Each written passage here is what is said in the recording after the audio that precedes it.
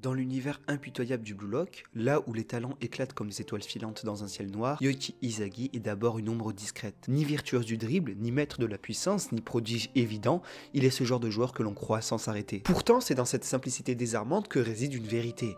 Les étoiles ne sont pas les seules à briller. Parfois la lumière naît d'une flamme intérieure, discrète mais tenace, qui refuse de s'éteindre. Izagi entre dans l'arène du Blue Lock avec le poids de son ordinaire. Chaque pas le confronte à l'éclat écrasant des autres, à des talents si purs qu'il semble intouchable. Il doute, il vacille, et pourtant quelque part au creux de ce chaos, une étincelle se révèle. Ce n'est pas la force brute, ni l'instinct fulgurant, mais une vision de jeu, une capacité rare à lire le terrain comme une partition inachevée, à deviner les notes avant même qu'elles ne résonnent. C'est là que commence son ascension. Lente, méthodique, presque silencieuse. Izagi n'est pas un génie, mais un héros qui se construit à chaque foulée, sculptant sa destinée dans la roche de ses échecs. Là où d'autres s'imposent par leur éclat, il bâtit son empire sur l'intelligence et la résilience, transformant chaque erreur en tremplin, chaque instant en opportunité. Et pourtant, sa plus grande force ne réside pas seulement dans sa capacité à s'élever au-dessus du chaos, mais dans son talent à en redéfinir les règles. Dans un système qui glorifie l'égoïsme, Izagi trouve un chemin unique, celui de l'ego collectif, où manipuler les autres n'est pas un moyen de les dépasser, mais de sublimer son propre jeu. À travers lui, Blue Lock nous rappelle que les héros ne naissent pas toujours avec une lumière éclatante. Parfois, ils surgissent de l'ombre, patiemment, et leur éclat, bien que moins immédiat, finit par illuminer tout le terrain. Dans son ascension, Izagi ne brille pas seulement, il s'impose comme une constellation, reliant l'ordinaire à l'extraordinaire. Yoichi Izagi au commencement est l'incarnation d'un joueur ordinaire. Ni ses statistiques ni son talent ne le destinent à marquer les esprits. Lorsqu'il rentre dans le bloc, il semble condamné à s'effacer dans la lumière aveuglante des prodiges qui l'entourent. Pourtant, c'est justement dans cet ordinaire qu'Izagi puise la force de sa transformation. Le point de rupture de son histoire, ce moment qui reste gravé dans sa mémoire, est une défaite. Dans un match décisif avant Blue Lock, Izagi fait le choix de passer le ballon à un coéquipier, plutôt que de tirer lui-même.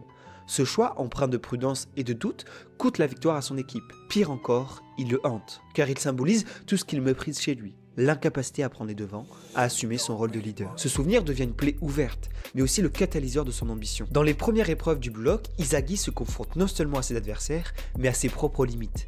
Face à des joueurs plus rapides, plus techniques, plus instinctifs, il pourrait sombrer. Mais c'est là que se dévoile l'étincelle qui le distingue, sa capacité à lire le jeu. Là où les autres foncent tête baissée, Izagi observe. Il capte les trajectoires, analyse les déplacements et commence à comprendre que dans ce chaos apparent, un ordre peut émerger. Un moment clé de cette révélation est sa première grande victoire, où contre toute attente, il parvient à dévancer ses adversaires bien plus talentueux.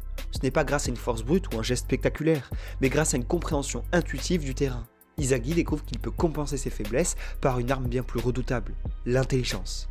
Il commence à voir le football non pas comme un affrontement de talents individuels, mais comme un jeu d'échecs où chaque pièce a un rôle précis à jouer. Pourtant, cette première étape de son développement est marquée par des doutes constants. Izagi oscille entre la peur de l'échec et la volonté de prouver sa valeur. Ses choix sur le terrain sont souvent hésitants, ses mouvements imprécis, mais à chaque erreur, il apprend. Là où d'autres seraient paralysés par la pression, Izagi se révèle, transformant ses faiblesses en leçons, ses failles en opportunités. Cette phase initiale, bien que discrète, est cruciale. Elle pose les bases de ce qui deviendra sa signature, une compréhension du jeu qui transcende les capacités physiques. Izagi commence à entrevoir un chemin, un fil ténu qu'il pourra suivre pour se distinguer. Ce chemin n'est pas celui du talent brut, mais celui de la stratégie, de l'observation et de la réflexion. Ainsi, dès ses premiers pas dans l'arène de Blue Lock, Izagi nous montre qu'un héros peut naître du doute. Sa force n'est pas immédiate, mais elle se construit dans l'adversité. Dans cette arène impitoyable où seuls les meilleurs survivent, il prouve que même ceux qui commencent dans l'ombre peuvent, à force de persévérance et d'intelligence, devenir des figures centrales. Le doute n'est plus un obstacle, il devient le feu qui forge son ambition.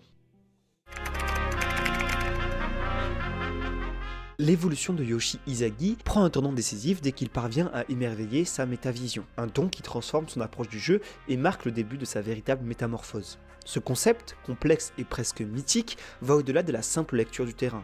Il s'agit de voir au-delà des actions immédiates, de percevoir les intentions cachées des autres joueurs avant même qu'elles ne se manifestent. Là où la plupart des joueurs se contentent d'observer ce qui se passe sous leurs yeux, Izagi, grâce à sa métavision, aperçoit les 1001 possibilités qui s'offrent à lui. Il entre dans une dimension où chaque mouvement devient un reflet d'une future dynamique, un écho d'une action qui se tisse dans l'instant. Au début, ce don semble presque intangible, comme une vague d'intuition qui flotte autour de lui. Mais peu à peu, à force de matchs et d'expérience, il apprend à l'affiner. Un premier exemple de cette prise de conscience se manifeste lors de son affrontement avec des joueurs comme Rin Itoshi et Nagi Seishiro, des prodiges dotés de talents quasi surnaturels. Izagi, loin d'être paralysé par leur brillance, utilise cette métavision pour anticiper leurs mouvements et découvrir des failles où leur éclat ne peut plus l'atteindre.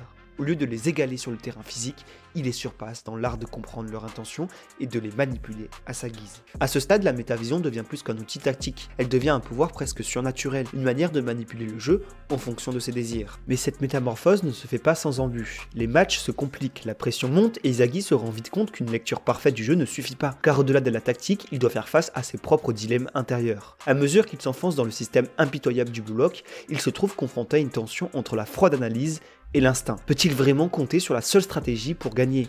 Ou doit-il parfois abandonner son contrôle et se fier à ses réflexes les plus primaires? Ce conflit entre stratégie pure et instinct est au cœur de sa croissance. Lors de ces moments clés, comme son face-à-face contre des joueurs dont l'ego ne connaît aucune limite, Izagi doit faire un choix décisif.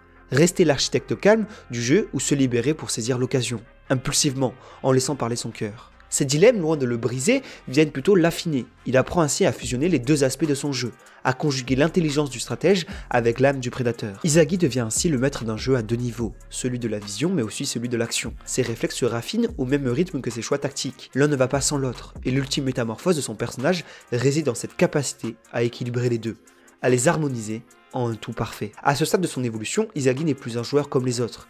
Il est devenu un architecte du jeu, un stratège qui manipule le terrain à sa guise. La métavision, loin d'être une simple capacité, est désormais une partie intégrante de son être.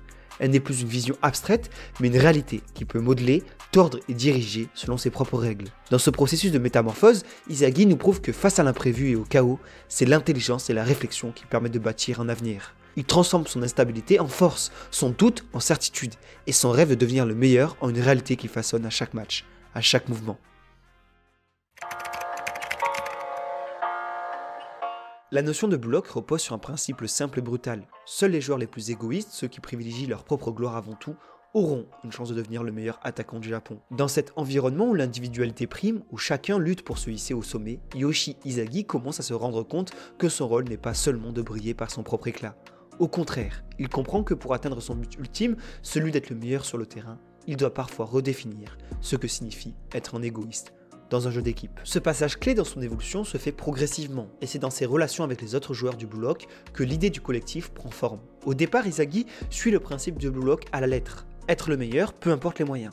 Mais plus il se confronte aux autres, plus il comprend que son égoïsme seul ne suffira pas à l'amener à la victoire. L'isolement qu'impose le système de Blue Lock commence à se fissurer sous le poids de l'expérience. À ce stade de son développement, Izagi se rend compte que l'ego individuel, s'il est trop isolé, peut devenir une cage. La clé pour se libérer, pour s'élever, est de s'appuyer sur le collectif, de créer des ponts entre les individualités, d'utiliser les autres non pas comme des obstacles, mais comme des alliés, pour décupler sa propre force. Il comprend que dans une équipe de génie, chaque individualité doit se mêler au tout pour produire une magie qui dépasse la somme de ses parties. Ce n'est pas un simple jeu de compétition, c'est une danse complexe où chaque mouvement doit s'accorder à celui de l'autre. Cela devient encore plus évident lors des matchs décisifs, où le collectif émerge non comme une simple nécessité, mais comme une arme stratégique. Izagi apprend à jouer avec et à manipuler les autres pour parvenir à ses fins. Là où les autres cherchent à être les héros solitaires, lui comprend que parfois l'égoïsme peut être le plus grand obstacle à la victoire. Il s'efforce de créer des alliances subtiles, des synergies où son rôle ne se limite plus à marquer, mais à libérer les autres pour qu'ils puissent eux aussi briller. Un exemple marquant de cette évolution est son interaction avec des joueurs comme Rin Itoshi ou Sae Taoshi. Des personnages dont l'ego semble sans limite. Izagi, dans ses confrontations, commence à comprendre que la vraie puissance ne réside pas dans l'isolement, mais dans la manière de manipuler l'espace, d'utiliser l'adversaire à son propre avantage. Dans ce jeu d'échecs humain, il ne s'agit plus de battre son adversaire de manière directe, mais de comprendre ses forces, ses faiblesses et d'orchestrer le jeu pour que ses forces se retournent contre lui. Dans cette quête de l'ego collectif, Izagi devient plus qu'un joueur, il devient un architecte de l'interconnexion humaine sur le terrain. Ses passes ne sont plus des gestes automatiques, mais des invitations à l'action. Chaque interaction devient une opportunité d'éveiller les autres à leur potentiel, de faire briller une lumière qui, une fois unifiée, illumine tout le terrain entier. C'est ainsi que l'ego d'Izagi, qui semblait au départ limité à la conquête de sa propre gloire, devient un moteur de la conquête collective. Il se libère du carcan de l'individualisme pour devenir un instrument au service du groupe, prouvant que dans le monde impitoyable du Blue Lock, le véritable pouvoir réside dans la capacité à transcender son ego au profit du but ultime, l'ascension du collectif. Yuichi Izagi, dans sa quête dévorante, n'est pas simplement un joueur, mais un prédateur qui engloutit les volontés et les pouvoirs des autres, absorbant chaque fragment de lumière qui brille autour de lui. À chaque confrontation, il se nourrit des forces de ses rivaux, de ses rêves brisés qu'il transforme en puissance. Mais à mesure qu'il se construit sur les cendres des autres, une ombre grandit en lui, une faim insatiable qui semble détruire ce qu'il est. n'est plus simplement joueur, mais une créature hantée par la folie de sa propre ascension. Dans cette danse macabre, la victoire n'est pas simplement un but marqué, mais une destruction silencieuse de tout ce qui l'entoure. Chaque geste devient une forme de consommation, une absorption de ce qu'il était avant. Mais au fond, la véritable question qui hante son parcours est de savoir combien de lui-même il sera prêt à sacrifier pour avancer. À force d'absorber, de dévorer, ne risque-t-il pas de se perdre dans le vide? À quel moment la quête de pouvoir cesse-t-elle d'être un chemin vers la grandeur et devient un gouffre où l'âme disparaît, engloutie par sa propre soif de domination? Et peut-être que le véritable prix à payer n'est pas simplement la victoire, mais l'érosion de ce qu'il était, de ce qu'il a été et de ce qu'il pourrait devenir. We were going to Utopia. What makes you say this is a utopia? I mean, I don't know. Isn't it supposed to be some perfect destination?